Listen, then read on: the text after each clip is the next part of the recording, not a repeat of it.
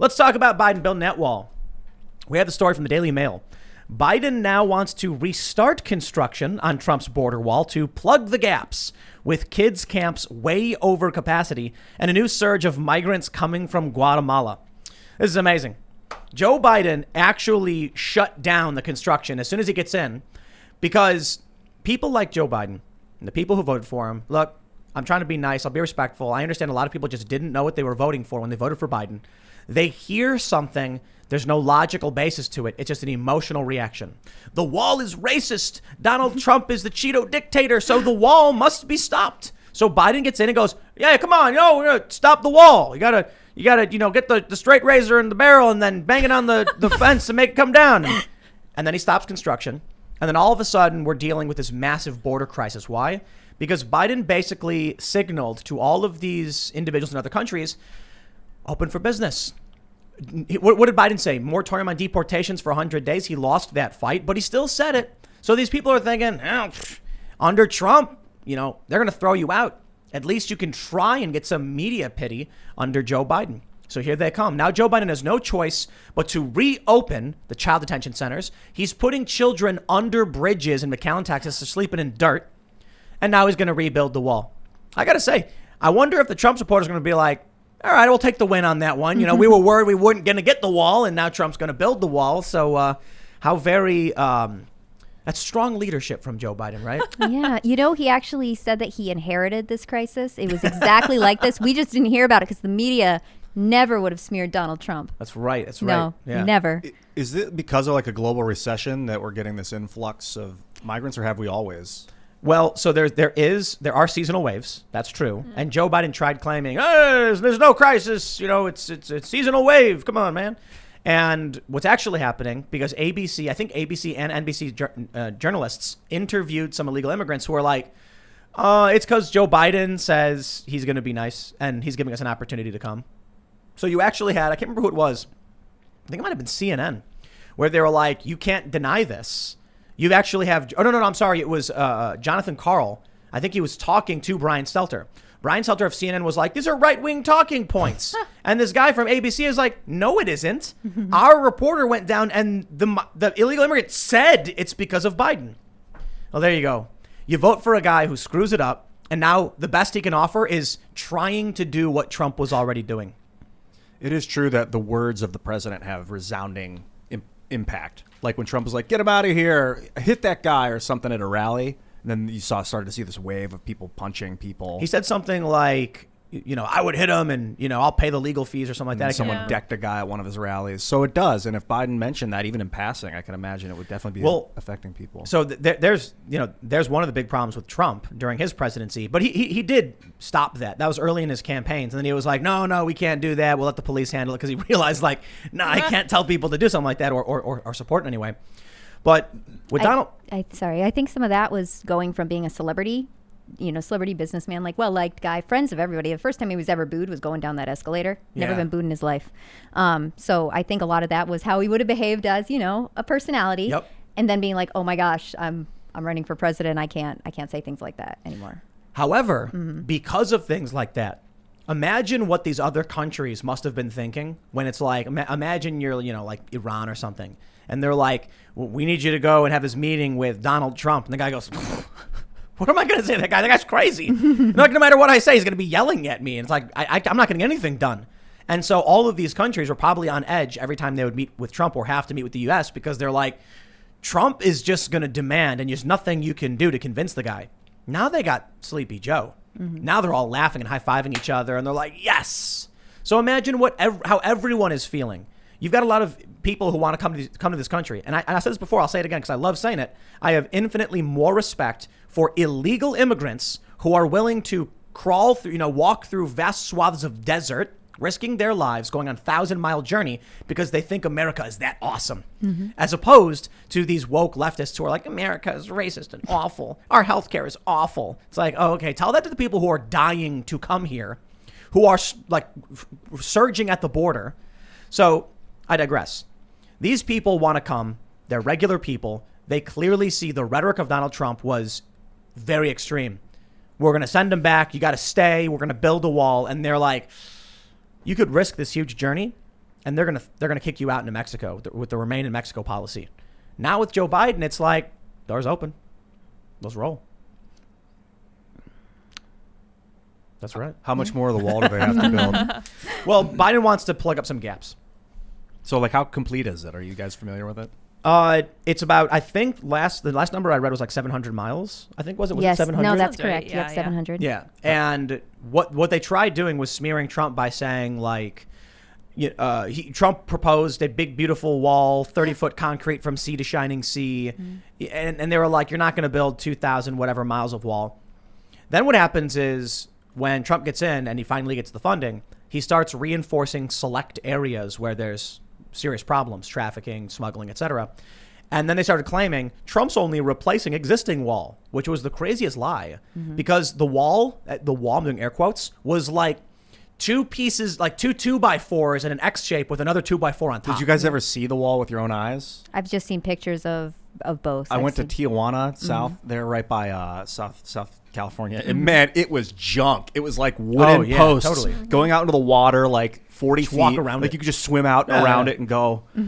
Yeah, I've been to various points on the border recently. In the past few years, I was in Mexicali and Calexico, I think is the city's name, and it's really amazing how it's actually in some ways rather porous legally. Like people just walk back and forth every single day like normal. So like some people from Mexico are like, they walk up and they're like, here's my ID. It's like, what are you coming for? I'm going shopping. Have a nice day, sir. And they walk into the U.S., they go shopping, and they go home. Where are you going? I'm going home. Have a nice day, sir. But yeah, you could see the wall, and we went a little further out, and you could see the, I can't remember exactly what it's like fencing, and you see the trucks driving along it. Well, so what happened was Donald Trump wanted a big concrete wall, and I guess CBP and ICE, they were like, CBP said, you don't want a wall because we need to see on the other side of it. So they're like, what if we do like fencing and then a wall on top? And they're like, we need to see on the other side of it. They made windows. Like you can walk through the wall. Yeah, just open like a regular old window with a Sliding glass doors. Sliding glass doors. Locks on them. Well, so Trump, Curtains. so the media claims Trump didn't build the wall. Mexico obviously didn't pay for it. Trump tried claiming the trade deal was going to, pay for it over. But he built select secure fencing, triple layered in some areas. So you've got one big fence, a smaller fence, and a smaller fence, razor wire, and CBP vehicles driving in between the two. Oh. Particularly secure. Well, they were doing construction on it. Joe Biden stopped it, and then boom, border crisis. Huh. Yeah. I heard that most migrants come in via airplane. I don't think it's most. Oh. But I think it's a lot. Okay. They fly into Chicago. Well, they fly in on tourist visas and then stay. Yeah. There They just are never leave. Yeah, there are a bunch of other issues too that are legit. Like what do they call it? Like what is it called? Pregnancy tourism or something like that? Oh yeah, birth tourism. Birth tourism. Yeah. Oh. I think so. Where they Yeah, it's fly in really- and have a baby? And Yep. Yep. So a woman will be, on the verge of giving birth. yes. She'll fly here. You get 3 to 6 months, depending on what your visa is, and they just wait, have the kid. The kid's a citizen. It could be. What do you guys think should be like the criteria of immigrating to the United States? Hunger Games. If you Oh, yeah, got to yeah. compete, If you and can win. only the person who survives gets the citizenship. We all watch. okay, Obviously. I'll start it off. I think they should speak English. 100. You need.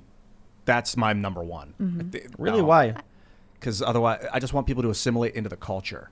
That is a good point. Assimilation is a good point. I wonder maybe if they should commit to learning to speak English, like like something on those lines, as opposed to already knowing the English when they might not have the means to learn it. I understand the point, but I kind of feel like maybe Americans should learn more languages too. And so that's racist. what, saying that Americans should learn more languages? No, Is it cultural appropriation? Cultural appropriation, yes. That If we makes speak sense. English, if we learn Spanish, it's cultural appropriation. I read that somewhere. Oh, So it must yeah. be true. Yeah. Remember those ladies who were making tacos in Portland or whatever? Yeah. And they got shut down. Shut Yep. down. Oh And the my story was gosh. like they would look through the windows at Mexican restaurants to like see how things were done, and that was Yeah. stealing. And I'm like, dude, most of these restaurants, there's like they have the abuelita making the corn tortillas in front of everybody to show you it's like real How to do fresh, it. and it's like corn flour and water. You know what I mean? And you just like. And you put it on the thing. It's just authentic when you got the nice little, grandma. She's making it for you. I went to one place. It was awesome. Right when you walk in, there's like the grill, and there was a little, Mexican grandmother, and she's smiling and waving, and she's making tortillas. And I was like, this is going to be the best taco I've ever had. But apparently I'm not supposed to like that. Oh. It's crazy. Like you have these restaurants, and they're like, we want people to, enjoy this stuff. Anyway, going back to the main point.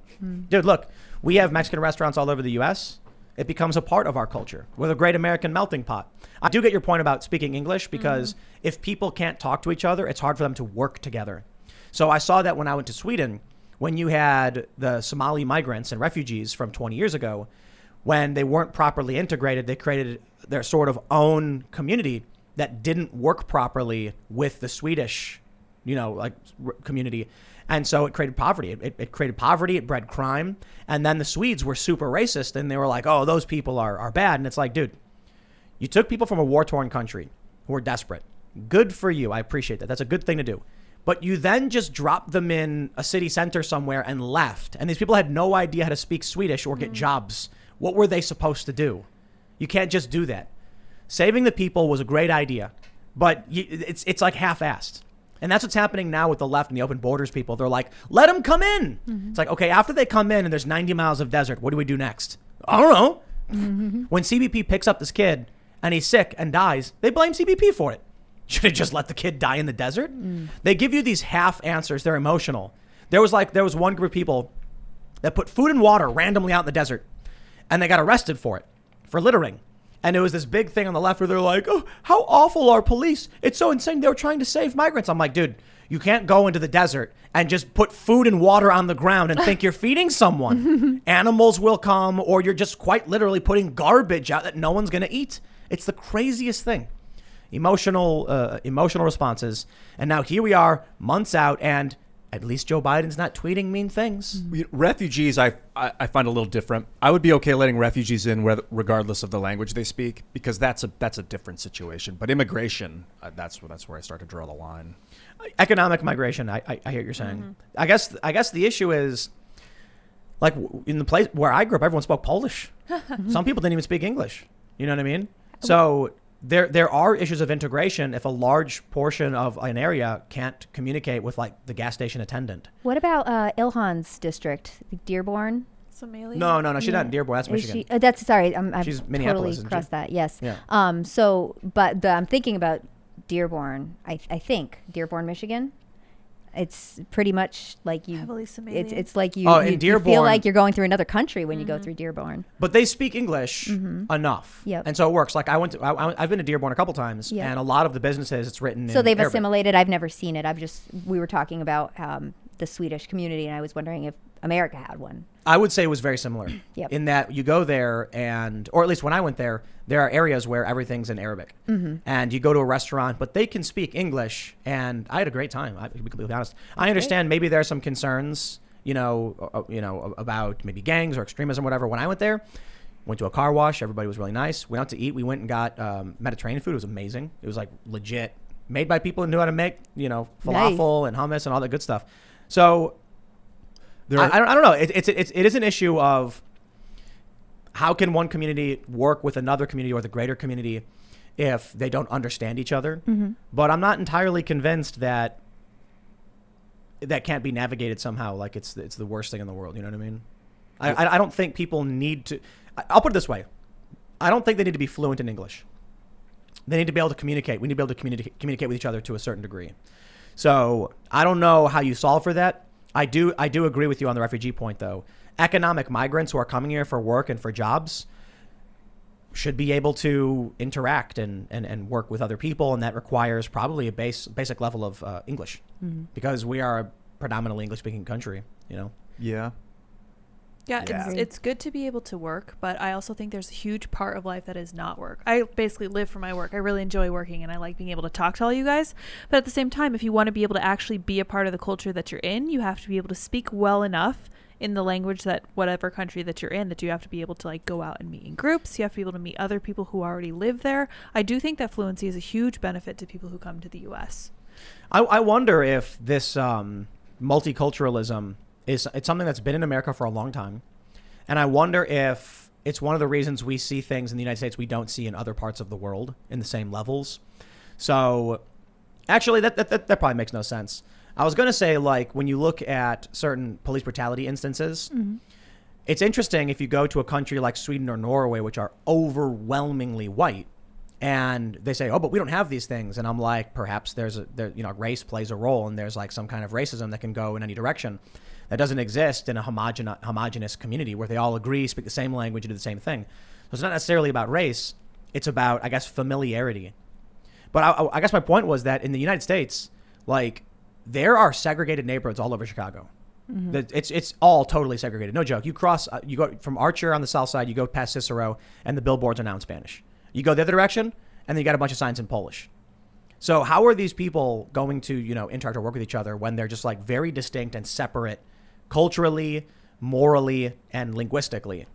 I feel like that could lead to an inability for people to come together and work together. For sure. Familiarity is key. Like, if this isn't a race war, if anything, it's like a class war or familiar. Like, you tend to be afraid of what you don't understand, the unknown, and language plays directly into that. And a bias towards the in-group.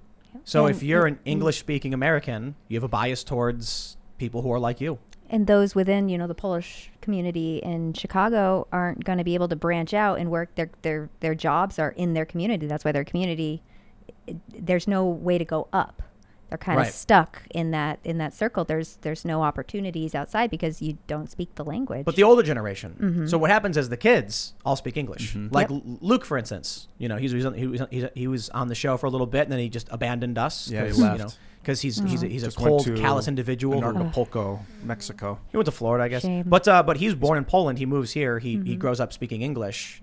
He talked about how it was not so easy for him because when he came here, he didn't. But then he did, and now he's an extremely, in my opinion, extremely important American defending American values. Yeah. So that's why I'm not super concerned necessarily with people coming here who don't speak the language. If they can function and they can work and they can, be a part of the community, their kids will grow up. And it's really just about if we're doing if we're doing right by our kids and teaching them the important values. However, I guess that's not something we're doing entirely at this point. A lot of people don't want to have kids. They're talking about how, I can't raise a kid in this environment. And it's like, if you don't have kids, then who's going to have kids? It's going to be like idiocracy, Well, a lot of it too, they're excusing themselves to be able to extend their own childhood. Yeah. A lot of it is not that they don't want kids. Maybe in a different life they'd want kids, but right now they're it's a me generation. It's the most selfish generation ever. I think the idea of childhood is a modern creation. So it's interesting when I can't remember who it was, a Republican was like, kids need jobs. And then the Democrats were like, you want to go back to the 1900s, putting kids in factories? And it's like, no. But kids should do work Mowing with the family. Right. But more than that, I think kids should spend more time seeing what their parents do for a living, understanding the real world. And we should be treating kids like adults. The problem is, as generation to generation has come and gone, it seems like it used to be you had a kid, the kid had to grow up fast. There was war, there was death, there was famine. Stop crying. You're 13. You're a man now. And that's pretty brutal. And we're like, nah, we want to be kind of chill. But we keep pampering the next generation. Oh, yeah. Now it's like kids are, I say kids. Now you got people who are 26 years old. And they're just getting out of college. And they've never had a job in their lives. It's like, dude, you're 26. Amazing. I learned how to cook when I was 14. I didn't even realize this. I just realized this a couple days ago because I'm a bit of a chef, a cook. I love cooking. I love the smell, making this. And I used to work at a chicken shack when I was 14. I think that directly contributed to my ability to understand food. I didn't even think of that, but you gotta learn, teach. And you learn young too, dude. When I went to South America, the kids would be boat captains at the age of 9. You'd go down the Amazon or the Ataya, and they'd be full on running the show, 9-year-olds. Imagine being 15 from one of these countries. You come to the United States and you've been a boat captain running your own business. And then you come here and you see all these 15-year-olds sitting around picking their nose and you're like, wow. What are you doing? How are these people going to you know what it is, man? It is capital city. Hunger Games, man. Affluenza. It is, yeah. Americans in general are suffering from affluenza as a whole. A judge adjudicated that affluenza was a thing. Right. But listen, that's the specific case. It's kind of I roll my eyes at that ruling's ridiculous. But think about Americans in general. 15-year-olds, 16-year-olds, 17, 18-year-olds who don't have jobs and never did. I had a job at 14. And before that, I was volunteer at the YMCA. What was your job at 14? Fast food. Perfect. Yep. At 14? 14. But how are you legally allowed to do that? Because You could work at 14. I'm older than I look. Like a worker's permit? Yeah. When did they change the law to be that you had to be 16? Or Shortly after I started working. Interesting. Oh, even with a worker's permit? Mm-hmm. I was able to. I don't know, actually. I didn't get a worker's permit. I worked in my family business Yeah. when I was real young, so. Yeah, and First, a lot I was of working like under the table. kids, like, I mean, I come from a family, a lot of them live up in rural Vermont, and they all own farms, and those kids have been, collecting eggs from the chickens since they were 5. Yep. You gotta. That's my first job. Yeah, you gotta. You got to have a sort of responsibility, a personal responsibility to become a, well-rounded person. When you don't, you end up with a bunch of woke, me first. You end up lacking responsibility and accountability. And that's kind of why America's in chaos right now. No one takes any responsibility for what they do. That's why it's crazy to me when people come over, I'll have gas and they'll be like, they'll look at my work schedule and be like, you're crazy. And I'm like, I think you're crazy, man. Like, no offense to some of these people, but like, I used to work every weekend as well. Now weekend is partially administrative with some time off to relax, go out to eat or whatever. But it's like I work, 8 to 4 and then I work 7 to 11 every day. And in between, all I'm doing is like eating or exercising. It's like all of my time is consumed. And I'm like, what would I do if I wasn't working? Like, what do you do for fun? I don't know. Like, what do you mean you don't know? Do you like just sit there? Yeah, Binge meditation. watch my Netflix, mind, man. maybe? Meditation. No, you blank your mind. It's awesome. That's weird. You get younger. That's weird to me. Regeneration. I don't know about that. Yeah, I think you have a hobby and you do your hobby, and I mean, you raise your family if you have a family, chores, and I mean, I know there's a lot of people without purpose, and so that's kind of a cancer right now in America too, because they think they find a purpose is something you just want to commit your life to. Like a lot of people, especially the older generations, their purpose is their family. They have, they've set money aside. They just dote on their family. They love their family, they spend time with their family, but you get a younger generation and their purpose is the next big drama. And they commit their whole life to this. They're going to go to protest the wall. And that's their purpose. That's their whole life. They put everything into it until that passes and their purpose is gone. So then they have that drop. Thanks for checking out this clip from the Timcast IRL podcast. If you want to see the full show, come back to this channel, youtube.com/TimcastIRL, Monday through Friday at 8 p.m., where you can leave comments and super chat, and we actually will read your comments on the show. Don't forget to like, share, subscribe, and if you want exclusive members-only content, segments you can't get anywhere else, go to timcast.com, become a member, and we even have full bonus episodes. Thanks for hanging out, and we'll see you all next time.